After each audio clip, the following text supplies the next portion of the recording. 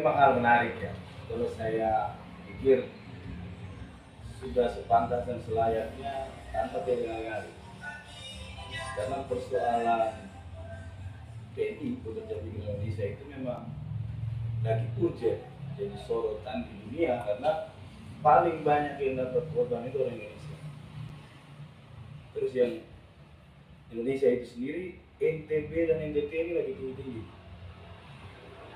Dan NTT paling banyak itu DTU, TTS, sekarang baru mulai trennya dengan Flores Timur.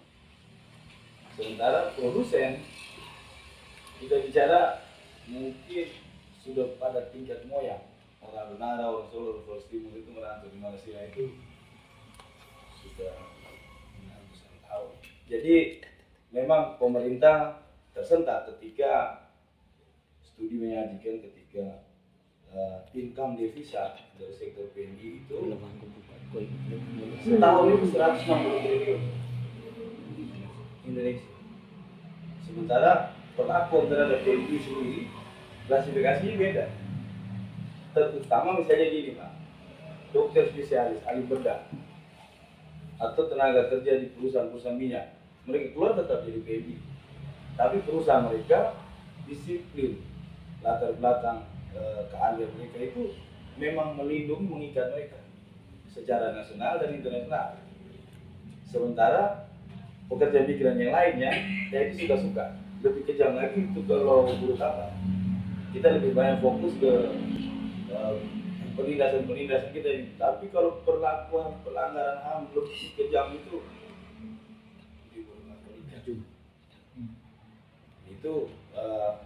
lebih banyak di Jawa ya, satu kasus tapi besar dan banyak fenomena yang kalau kita duduk ngobrol banyak teman-teman yang dari lintas organisasi sosial yang peduli tentang persoalan ini, kita jadi tersentak.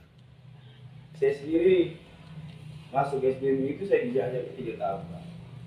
Berkenalan dari proses survei yang dititipkan. Saya suka survei, diketahui terus ya nggak survei. Saya dijajaki 3 tahun. Loyalitasmu, kepedulian, sense of responsibility terhadap persoalan hubungan sosial masyarakat ini dari sektor. Dan waktu itu saya sadar bahwa orang-orang Jawa ini mereka begitu peduli karena sesama pernah jadi punah ini, begitu respect dengan persoalan. Mereka mengurus jenazah begitu banyak. Nah, waktu itu saya bilang, Mas, mereka ini Pak, mereka ini orang Jawa, tapi peduli dengan NTT. Kenapa sih orang NTT sendiri berdiri di belakang? Saya akan berdiri di belakang. Tolong saya dibantu, diajarkan apa saja yang harus saya buat, saya siapkan. Saya didampingi lumayan setahun, dan ini baru setahun saya dapat SK. Artinya SBNI ini dia sebuah serikat ya, dia bukan LSM dan begitu terbuka, tapi syaratnya sangat tinggi. Kalau SBMI itu mudah mungkin sudah banyak. Ternyata Kupang sudah sekitar 9 tahun, terus ini baru 1 tahun ini. Bukan karena saya, itu nomor kesekian, tapi karena persoalan yang muncul di Flores Timur begitu tinggi. Dan calo resmi lah, calo abal-abal lah, semua yang calo. Sementara Undang-Undang 18 tahun 2017 itu yang direkrut dan yang merekrut itu kena terjerat dalam pasal itu. Tapi masyarakat tidak paham dan kita tidak bisa salahkan mereka bahwa mereka tidak paham terus terjerat hukum. Ketika mereka terjerat hukum pun kita damping. Nah, tahun 2021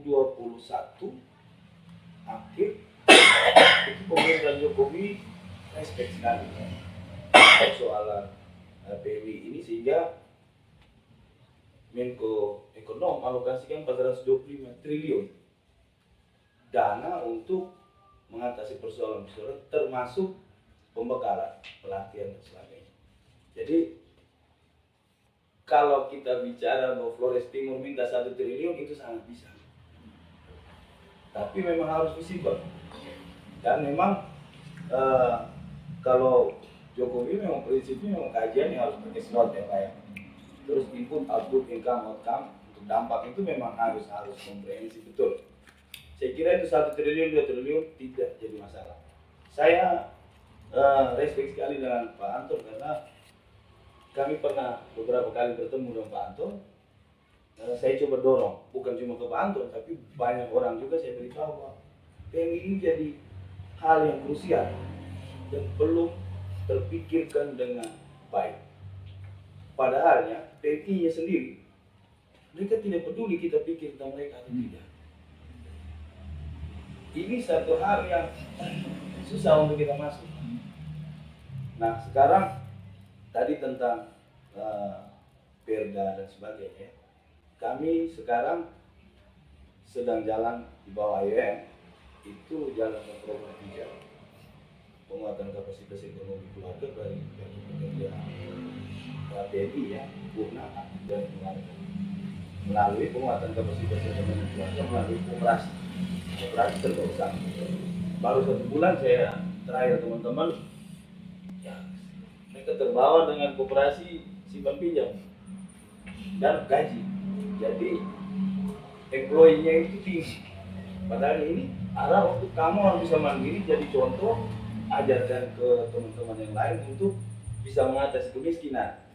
Karena kita memang kaya dengan kepercayaan diri, kaya dengan keangkuhan, tapi miskin dan keterbukaan. Nah ini ketika Pak Anton sajikan itu, saya beritahu waktu kami diskusi beberapa kali, Pak, kantor imigrasi belum ada. Di mana-mana orang bicara setelah Jokowi bicara tentang ayat itu, NTT diam-diam saja. Apalagi Flores Timur, tidak ada satu keberatan yang kenapa keluarga saya bisa ditindak. Lah, kenapa keluarga saya pulang dalam peti jenazah itu tidak menggigit. Sementara di NTT itu pernah ditarik sektanya sendiri untuk membackup betul. Dan dampaknya memang begitu banyak organisasi sosial yang dapat ya semacam pos, lebih banyak pos pengawasan akan lebih baik. Dan itu NTP yang sekarang berbiasa. Dan satu lagi itu LTSA. LTSA ini layanan terpadu satu atap ini, ya namanya layanan terpadu satu atap. Jadi dia tidak kemana-mana. Dan persoalan kita sendiri rekrut calon itu datang dari keluarga sendiri. Jadi tanpa dia sadari bahwa dia melakukan praktik calon. Misalnya begini, kamu nganggur, utang banyak. Ini kalau kau mau, nanti saya telepon saya punya teman, nanti bulan depan boleh datang lah. Ini sudah trik dari calon. Begitu saudara kita berangkat, nanti kita dikirimin duit. Pak, terima kasih saudara yang datang. Makasih ya, ini 3 juta per juta. Ini menggoda, sementara mereka pergi itu asal pergi. Jadi sekarang Menteri Tenaga Kerja menekankan 5 siap itu ya. Siap dokumen pertama, siap keterampilan, siap fisik mental, siap pengetahuan, dan siap keahlian. Nah ini menjadi hal yang sederhana, simpel sekali, tapi kita banyak yang belum tahu. Nah, saya berharap ide kita ini kita bisa lebih mengkerucut untuk mendorong kita lewat desa. Dan ini yang sasaran pijar ini akan ke desa. Pak, silpanya ada? Mari, kalau bicara tentang pemberdayaan, kami rekrut anggota koperasi dari desa, pengurusnya dari desa, kelola dananya milik desa. Dia harus punya hasil karena dia tidak boleh jadi miskin, dia harus punya produktivitas. Nah, pada saatnya bakat, minat, keterampilan. Jadi ide ini sangat luar biasa, Pak. Ini merupakan jembatan untuk melakukan banyak hal baik. Tinggal kita harus mengkerucut untuk action. Action ini sungguh beberapa kali kita libatkan pada komunitas kita. Disimpulkan, saya ikuti dari beberapa kegiatan menjaring IOM dan sebagainya sampai Kemenaker, semua itu seperti itu. Pertama internal, terus kita libatkan pemerintah daerah, kita punya kesimpulan ada komitmen, ada kesimpulan seperti apa, naik ke 3 provinsi, kita kontak IWN, mereka akan berkasih untuk bicara. Nah, jaringan ini sebenarnya kalau sekarang ini teman-teman DPR itu punya ruang besar sekali untuk memanfaatkan hak mengusul. Hak mengusul ini saja, karena usul itu hanya datang dari rakyat. Ya, yang legalnya ya wakil rakyat. Kalau mereka paham tentang ini, saya kira 1 triliun 2 triliun itu gampang sekali. Sehingga berharap bahwa pemerintah eksekutif di 2024 nanti bisa paham tentang hal ini, karena dari satu saluran ini, jalan tol ini, kita bisa membangun secara komprehensif pada persoalan kita mau kampanye dan menyiapkan tenaga kerja siap dijual keluar negeri melalui BLK dan sebagainya. Karena pemerintah Indonesia sekarang lagi fokus di kantong-kantong yang menjadi zona merah. Dan kalau NTT itu zona merah sekali. Dan Flores itu merah yang melekat hitam. Dan ini kesempatan kita. Saya harap memang pemimpin-pemimpin ke depan, kami sendiri berharap dia punya sensitivitas yang tinggi terhadap ini, sehingga dia bisa mengkontak seperti ini luar biasa. Saya duplikasikan pemahaman, saya duplikasikan. Saya hanya ketemu Pak. Pak Kadon lihat itu barangkali setidaknya berpikir untuk memproduksi satu perda di musim ini, apakah realistik atau tidak, memang ada dari Pak Kadonnya kan sangat pesimis toh. Tapi barangkali juga 1-2 pikiran perlu saatnya disampaikan ke publik barangkali. Nanti yang kita maksudkan dengan konstruksi itu atau langkah-langkah praktis teknis soal keimigrasian misalnya, mungkin beberapa pikiran sudah perlu kita ajukan sebagai katakanlah hal yang bisa segera ditindaklanjuti. Sementara hal lain lagi barangkali harus juga realistik barangkali. Lalu dari diskusi tadi menambahkan ke pemikiran-pemikiran yang sudah disiapkan sebelumnya, kita memberi bobot lebih terhadap beberapa aspek.